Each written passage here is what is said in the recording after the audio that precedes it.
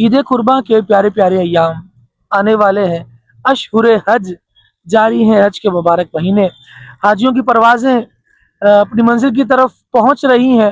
لبیک پڑھتے ہوئے اللہ تبارک و تعالیٰ کے یہ مہمان اللہ کے گھر کی طرف رواں دواں ہیں، اور انہی میں جو ایام ہم یہاں قربانی کرتے ہوئے گزاریں گے یہ حج کی ادائیگی کرتے ہوئے گزاریں گے۔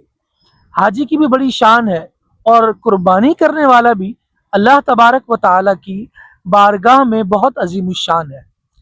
ایک جانور قربانی کا اللہ کی راہ میں وہ پیش کرتا ہے، اور اللہ کریم اس کے خون کے بدلے اسے نیکی عطا فرماتا ہے، اس کے بال کے بدلے اسے نیکی عطا فرماتا ہے۔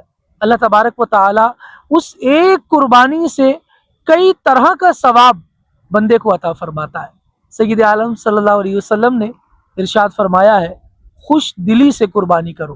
کاش ہمارے دل کی تنگیاں ختم ہو جائیں، دکھاوے کا جو ایلیمنٹ ہماری قربانیوں میں شامل ہونے لگا ہے، اللہ کریم ہمیں اس سے بھی نجات عطا فرمائے اور اخلاص عطا فرمائے۔